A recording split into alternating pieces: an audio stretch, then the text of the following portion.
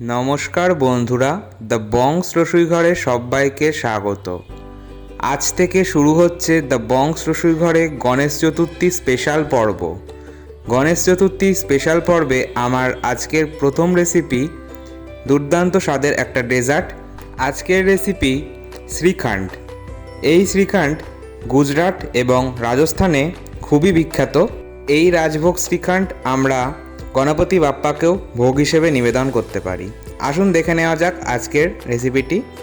রাজভোগ শ্রীখণ্ড বানাবার জন্য প্রধান যে উপকরণটা লাগবে সেটা হলো টক দই। আমি টক দইয়ের জলটা ঝরিয়ে নেব। তার জন্য একটা প্লেটের ওপর আমি ফুটো যে থালাগুলো হয় বা ঝাঁঝরি থালা, সেই ঝাঁঝরি থালা দিয়ে দিলাম।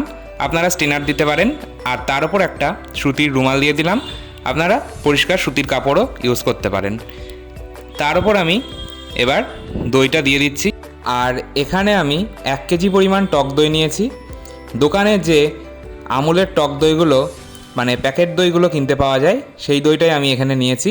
আপনারা চাইলে বাড়িতে পাতা দইও নিতে পারেন, আবার মিষ্টির দোকান থেকে কেনা দইও নিতে পারেন। এবার আমি এই রুমালটা একটা পুটলি মতো করে নিলাম, তারপর জলটা ঝরিয়ে নিচ্ছি।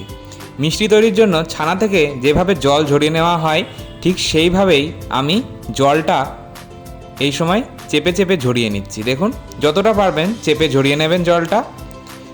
তারপর আমি এটা 1 ঘন্টার জন্য একটা উঁচু জায়গায় ঝুলিয়ে দিলাম। আপনারা চাইলে এটা ফ্রিজেও রাখতে পারেন, আবার এইভাবে উঁচু জায়গায় ঝুলিয়েও দিতে পারেন, তবে 1 ঘন্টা রাখবেন। অন্যদিকে আমি বাকি প্রিপারেশনগুলো নিয়ে নিই। আমি একটা বাটিতে নিয়েছি চা কাপের 1 কাপ পরিমাণ দুধ, আর দুধটা উষ্ণ গরম অবস্থায় আছে। আমি এবার এর মধ্যে দিয়ে দেবো 2 পিঞ্চ জাফরান বা কেশর, যেটাই বলেন।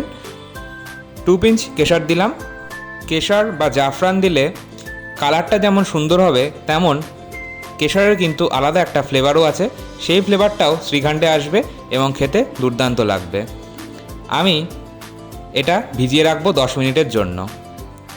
10 মিনিট এইভাবে ভিজিয়ে রাখবো, আর দুধটা উষ্ণ গরম দুধই নেবেন। আর অন্যদিকে আমি কিছু ড্রাই ফ্রুটস নিয়েছি কাজু, অ্যালমন্ড নিয়েছি, আর আমি নিয়েছি কিশমিশ আর পেস্তা নিয়েছি। এই ড্রাই ফ্রুটসগুলো আমি একদম ছোট করে কুচিয়ে নিয়েছি।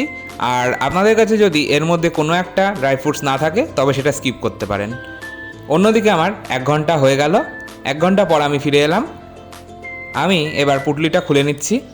দেখুন, সম্পূর্ণ জল কিন্তু ঝরে গেছে দইয়ের থেকে। দইয়ে প্রচুর পরিমাণে জল থাকে, এই জলটা ঝরিয়ে নিতে হবে।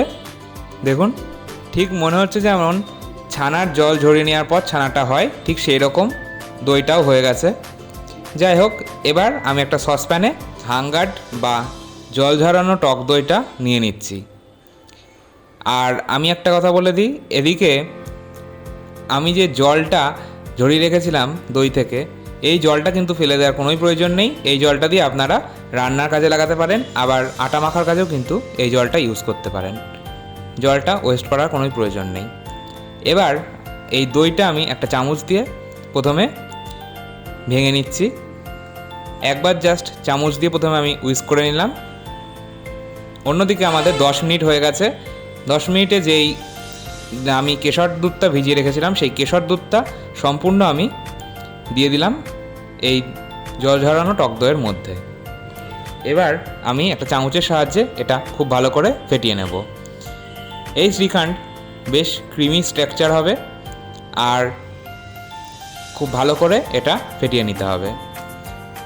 শ্রীখণ্ডটা আপনারা চামচের বদলে উইস্কার দিয়েও ফেটিয়ে নিতে পারেন, তবে মিক্সিং জারে ফেটাবেন না।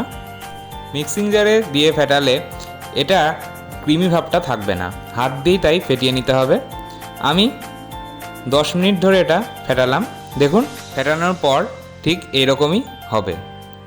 এবার আমি এর মধ্যে দিয়ে দিচ্ছি চিনির গুঁড়ো বা পাউডার সুগার। এখানে আমি 4 টেবিল স্পুন পাউডার সুগার দিচ্ছি, তবে মিষ্টিটা আপনারা অবশ্যই আপনাদের স্বাদ মতন দেবেন। আর এটার স্বাদটা কিন্তু একটু টক মিষ্টি হয়, তাই খুব বেশি পরিমাণ মিষ্টি দেবেন না। এবার ফ্লেভারের জন্য দিয়ে দিচ্ছি 1/4 টিস্পুন এলাচের গুঁড়ো। এখানে আমি 4 থেকে 5টা এলাচ নিয়েছিলাম, যেটা ড্রাই রোস্ট করে আমি এরকম পাউডার করে নিয়েছি, সেইটা আমি দিয়ে দিলাম।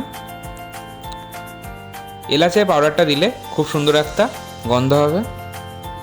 এবার যে ড্রাই ফ্রুটসগুলো আমি একদম কুচিয়ে রেখেছিলাম সেই ড্রাই ফ্রুটসগুলো আমি দিয়ে দিচ্ছি একে একে।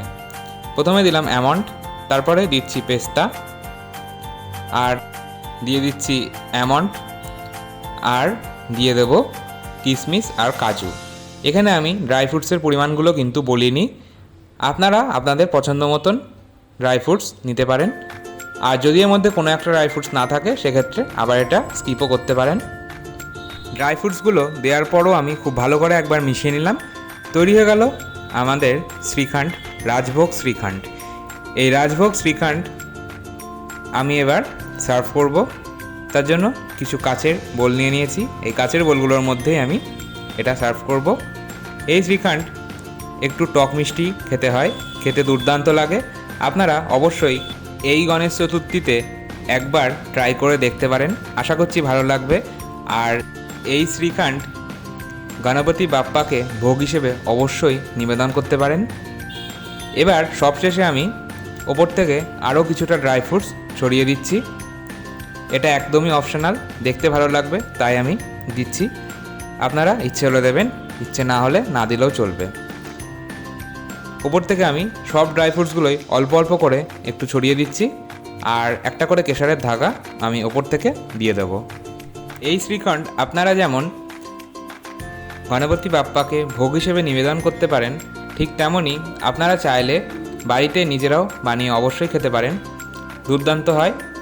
এছাড়াও বাড়িতে কোনো গেস্ট আসলে এইভাবে খাওয়ার শেষ পাতে ডেজার্ট হিসেবে দিতে পারেন। আজকের মতো এই পর্যন্তই। আমার ভিডিওটি ভালো লাগলে অবশ্যই একটা লাইক দেওয়ার অনুরোধ রইল। আর আমার ভিডিও সবার আগে আপনার কাছে পৌঁছতে চ্যানেলটি সাবস্ক্রাইব করে পাশে থাকা বেল আইকনটা প্রেস করে দিন। ভালো থাকুন, সুস্থ থাকুন, ধন্যবাদ।